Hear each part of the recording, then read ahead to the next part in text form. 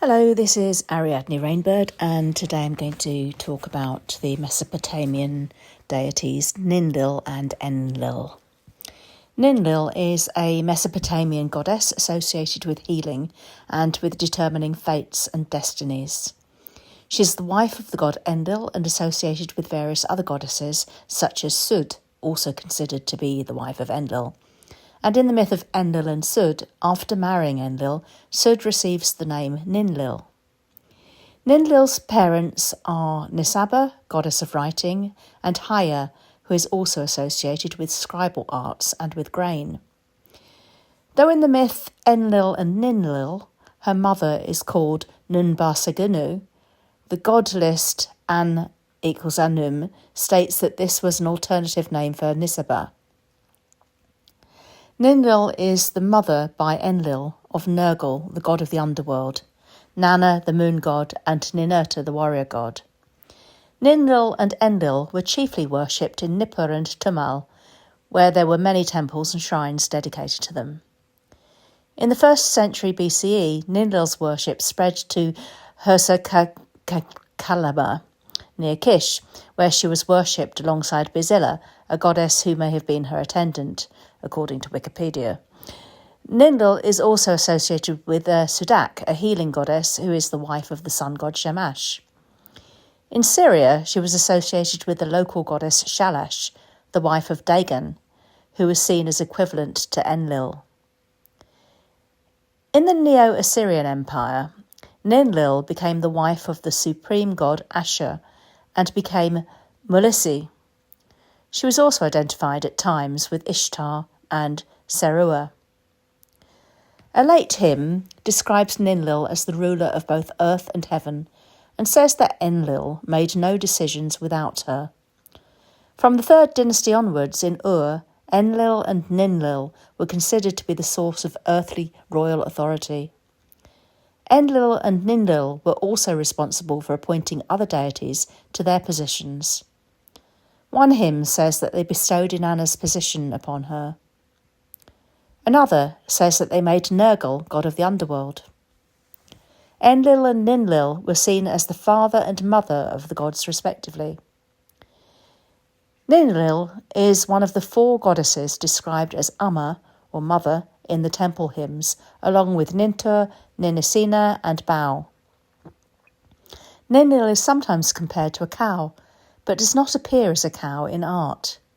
She does sometimes wear the horned headdress associated with many deities.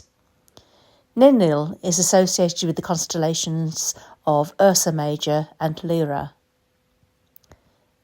Enlil is a god of wind, sky, storms and earth, and is the chief deity of the Sumerian pantheon. His worship spread amongst the Akkadians, Babylonians and Hurrians, though his primary centre of worship was in the city of Nippur.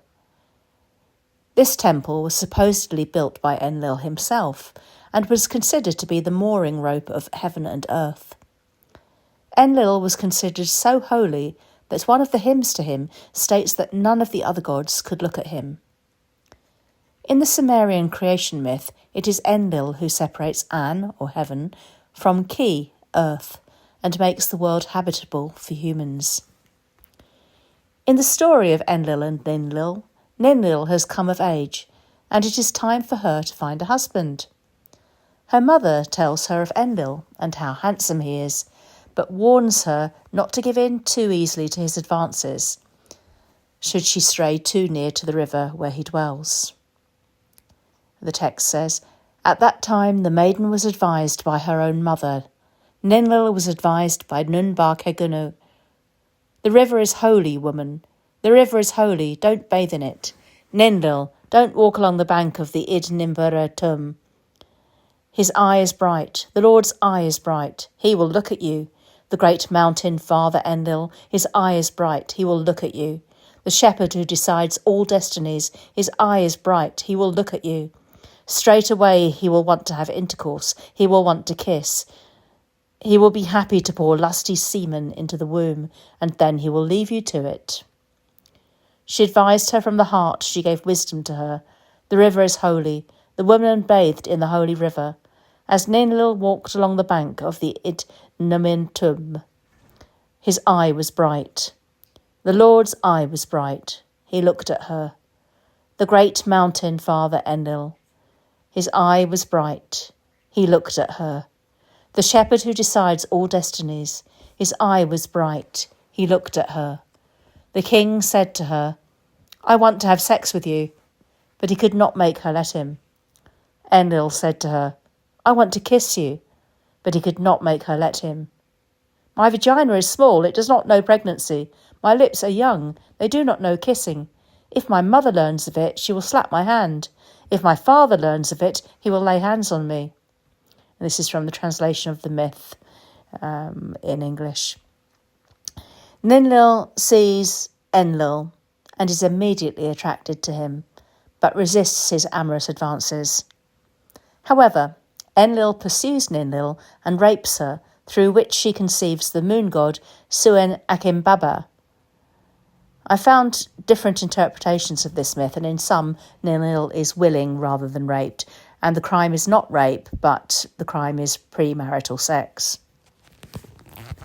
Has anyone had intercourse with, has anyone kissed a maiden so beautiful, so radiant? Ninlil, so beautiful, so radiant. The minister brought his master across by boat, bringing him over with a rope of a small boat, bringing him over in a big boat. The Lord floating downstream to Lacuna. He was actually to have intercourse with her. He was actually to kiss her. Father Enlil, floating downstream to Lacuna. He was actually to have intercourse with her. He was actually to kiss her. He grasped hold of her, whom he was seeking. He was actually to have intercourse with her. He was actually to kiss her, so as to lie with her on a small bank. He actually had intercourse with her. He actually kissed her. At this one intercourse, at this one kissing, he poured the seed of Suen Akimbaba into her womb. Enlil is then arrested by the other gods for this act, and he is considered ritually impure and must be punished. As punishment, he is banished from the city and goes to the underworld. But despite the wrong he has done to Ninlil, if the rape version is to be accepted, she goes to retrieve him. Enlil was walking in the Ki-ur. As Enlil was going about in the Ki-ur, the 50 great gods and the 7 gods who decide destinies had Enlil arrested in the Ki-ur. Enlil, the ritually impure, left the city. Nunamnir, the ritually impure, left the city. 2 manuscripts have instead Enlil, ritually impure, leave the city. Nunamnir, ritually impure, leave the city. Enlil, in accordance with what had been decided. Nunamnir, in accordance with what had been decided. Enlil went. Ninlil followed. Nunamnir went. The maiden chased him. As Enlil goes to the underworld, he says first to the guardian of the city gate, and then to the man of the man-eating river of the underworld, and lastly to the man of the ferry boat. When the lady Ninlil comes, if she asks after me, do not tell her where I am. Ninlil follows behind and asks each guardian, when did the Lord Enlil go by? The guardians tell her that Enlil has not been there or talked to them, and Ninlil offers to have sex with each one, and each time they conceive another god. I will make clear my aim and explain my intent. You can fill my womb once it is empty. Enlil, lord of all the lands, has had sex with me. Just as Enlil is your lord, so I am your lady. If you are my lady, let my hand touch your Lacuna. The seed of your lord, the bright seed, is in my womb. The seed of Suen, the bright seed, is in my womb. My master's seed can go up to the heavens. Let my seed go downwards. Let my seed go downwards instead of my master's seed. Enlil, as the city gatekeeper, got her to lie down in the chamber. He had intercourse with her there. He kissed her there. At this one intercourse, at this one kissing, he poured the seed of Nergal Meslamta Edda into her womb. It would appear from this that each of the guardians of the gates was in fact Enlil himself in another form. 2 of the children become gods of the underworld. Nergal and Ninazzu, whereas the third is the inspector of canals, which may represent irrigation. The story ends with a hymn in praise of Enlil. Although the story involves a descent to the underworld, it is quite different from the descent of Inanna, Ishtar, and the focus seems to be more on the creation of various other gods, who then take various roles as moon god, underworld deities, etc.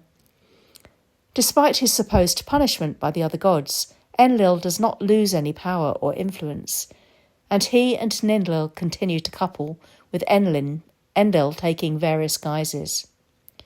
They perhaps both represent the unstoppable forces of nature, sexuality, and creativity, which moral laws and human values, for example, no sex before marriage, cannot constrain. Enlil does not go to the underworld and become trapped there, as do Tammuz or Dumuzi, and even Ishtar and Inanna, who require rescuing. Rather, he goes to the underworld followed by his lover Ninlil in order to create the gods of the underworld and to create a new order. Enlil and Ninlil represent those primal forces of nature, which are the cause of all. Thank you for watching this video. I hope you've enjoyed it, and if you have, please like the video and subscribe to my channel. Thank you.